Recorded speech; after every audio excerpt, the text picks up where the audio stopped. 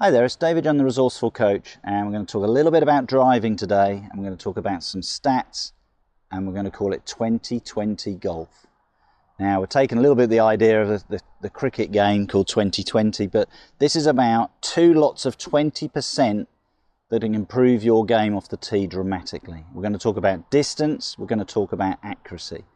And golf, if you think about it, is about those two things. Are you hitting the golf ball straight? Are you getting the distance that you want?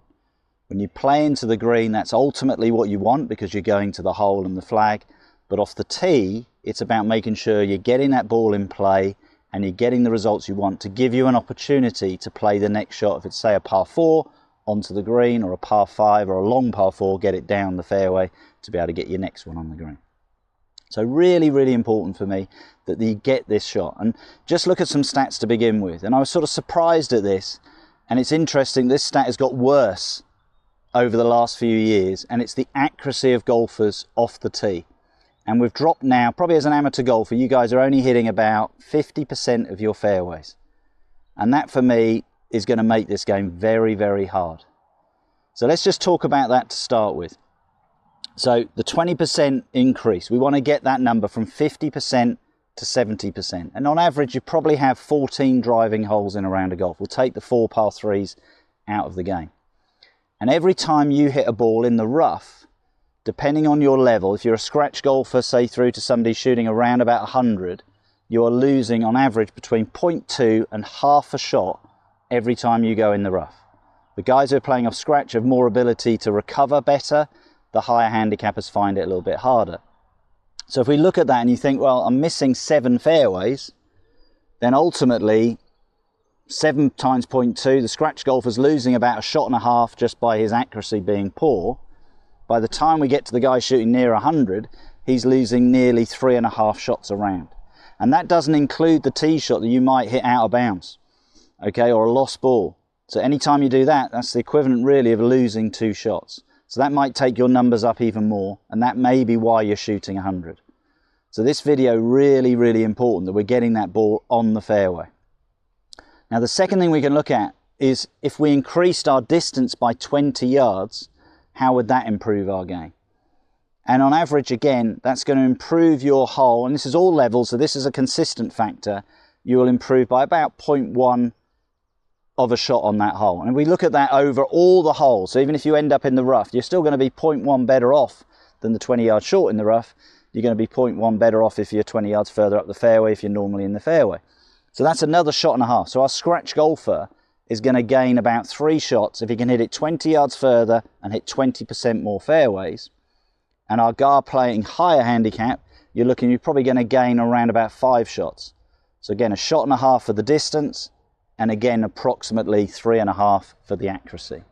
So you can see 3 to 5 shots for all levels, 20% straighter, 20% longer, you are going to have success. So that's the thing to do. You guys go to the practice ground a lot.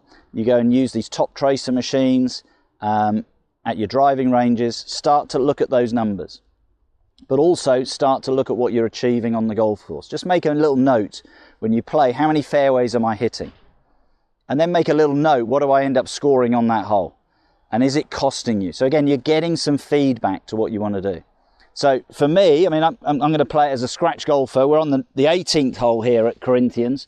And I actually think this is the hardest tee shot on the golf course. Even though this hole is only, what have we got, 331 yards, everything about this doesn't fit most people's eyes. You can see the hedge running down the left side here.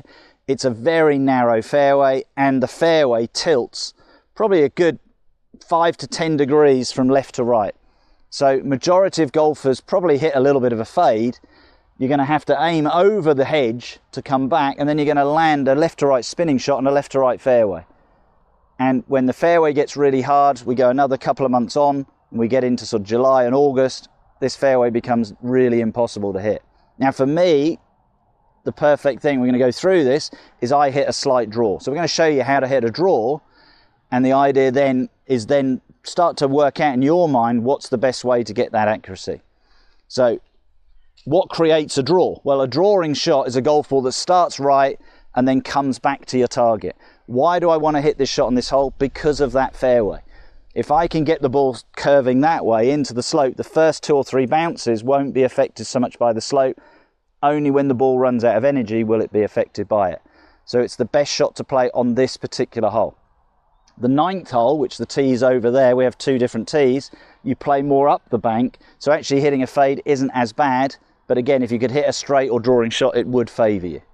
So how do I hit a draw? Well, mentally, I want to pick something. There's a big tree on the right side, about 90 yards short of the green. I want to feel as if mentally I'm going to start the ball on that line. So my setup says, aim at that tree. Then what I feel is with my swing, I'm going to come nicely, what I call from the inside line, and I'm going to let the club face rotate round the ball. Now, here's a little drill you can do. If you are a slicer, you can do this. But if you go to the driving range, make sure you've got plenty of room. And I get people to swing the golf club like a baseball bat. If you swing it like a baseball bat, what happens is you don't see people trying to steer it and guide it. They just naturally let everything rotate. And that's what you need to do when you want to hit a draw. So just pick up a golf club. You can do this in the back garden. Make sure you've got plenty of room around you. So don't do it on the driving range. They've got big posts. You might smack your club and damage it. Okay, so make sure you've got plenty of room, nobody around you. If you do that, I'll guarantee your wrists and forearms will rotate straight away. Okay, you will not guide it. The trouble with golf is you're all trying to get that face back square and you're trying to steer it through the ball. You've got to let the club face go. It only needs to be square that split second you hit the ball. Okay, so I find for my golfers who are slicers, if I can get them doing that, they hit much better shots. So from that position, I always tee a little bit out of the toe because I'm going to hit a little bit up and that throws the club away to come out the centre. That's another video. Please go and watch that one. Okay, from there. And then I'm trusting that idea. I'm in here and then I'm letting the club rotate. And I trust the swing. That's the big thing. Now, this is, again, if I get it right, for my level, I need to be 250 up this fairway. Let's see what we can get. Okay, well, that's hugging the left side perfectly. Well, I'm right on the edge and it's probably ended up, I couldn't be in a better position, but it was touch and go whether I'd overdrawn it. And probably because I was talking to you and how to do it, I slightly overdid it. We'll do another one. And then let's look at the options to get that accuracy. Okay, on this particular hole, I want to hit that shot. So I got a little bit more draw there. Let's just let my natural instincts take over, what I'd normally do, rather than exaggerate what I've just explained to you. But again, set up to the tree, trust the baseball swing, let it rotate. Much better. That's more the line I wanted. If it gets a straight first bounce, which it did. But even that, I think, will probably not be far off hitting that tree. So again, have I hit the fairway? I've probably hit it far enough, but that may have gone off. The first one was probably a bit shorter, but in the fairway. In the end result, what felt like the better shot may not have given me the best result. So, is that the best option? Maybe not. Get the ball in play. This is not a particularly long hole. So if I go to something like a hybrid and I use that, will I be more accurate? Generally, I'd say yes for my game.